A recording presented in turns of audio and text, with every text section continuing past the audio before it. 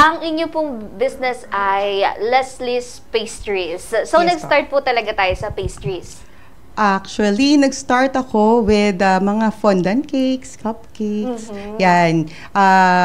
Ano siya parang naging hobby ko lang siya weekend na ginagawa. Tapos may mga nakakakita. Yan, mga nakakita ng mga ginagawa ko. Nag-order. Nagsimula sa mga kamag-anak. Tapos na-refer sa iba, sa mga kaibigan. Anong year po ito na nag-start tayo ng business? 2016-17, mga ganun. Basta ang unang ginawa kong cake is para sa anak ko. For 12th or 13th birthday niya. So, yun. Doon ako parang na-curious gumawa ng cake. Fondant. Alam ba yung fondant? Yung... Noong araw kasi, yung icing was just refined. Yung talagang sugar. Yung... Super fine na sugar. And then, ano mo yung sa egg yolk.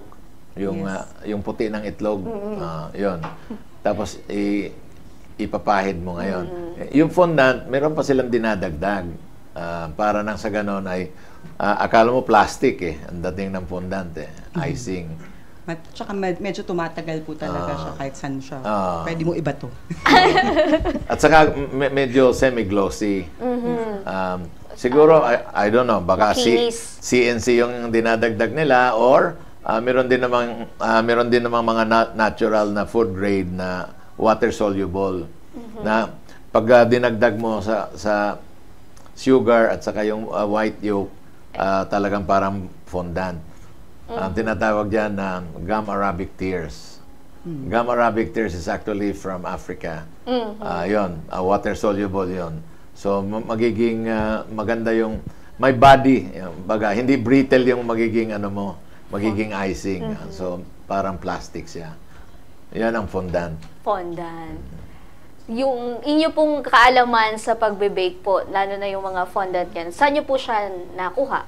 Nag-aral po ba tayo baking class? Wala po. Talagang nagre-research lang po ako. Online lang din? Opo, dati hindi pa masyado yung YouTube More on, basta online, makikita mo sa mga blogs, mga website. Noong mga panahon na yun po, hindi pa uso yung mga YouTube katulad nung pandemic na doon natututo lahat. Ano po yung mga nasimula natin bukod doon sa fondant cakes?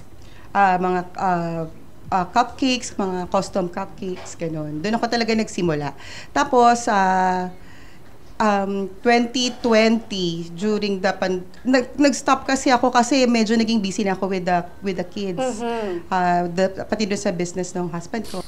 So ito po every day available sa inyong store. Yes po. Anong oras po ba? Mall hours? Mall hours 10 o'clock nag-open. And then usually weekdays 9 o'clock nagsasara. Friday, Saturday, Sunday 10 ang close po ng store namin. Sa loob talaga to, level 4 ng Ayala Feliz. Level 4, Ayala Mall Feliz. Meron po kayo online?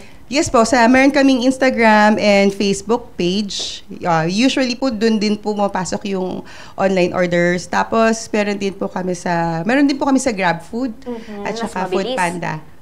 Yun. Huwag kayong titigil kung kahit na may edad na kayo, wala yan sa edad. Kasi ako, 40 plus na di ba? Pero ngayon pa lang ako nakapag-start talaga ng sarili ko talagang business na may pwesto. Hindi yun makakapigil sa'yo. Basta gustuhin mo, magtiwala ka, magdasal ka, definitely, araw-araw. And then, yun, supportan ng pamilya, napaka-importante. Go for it.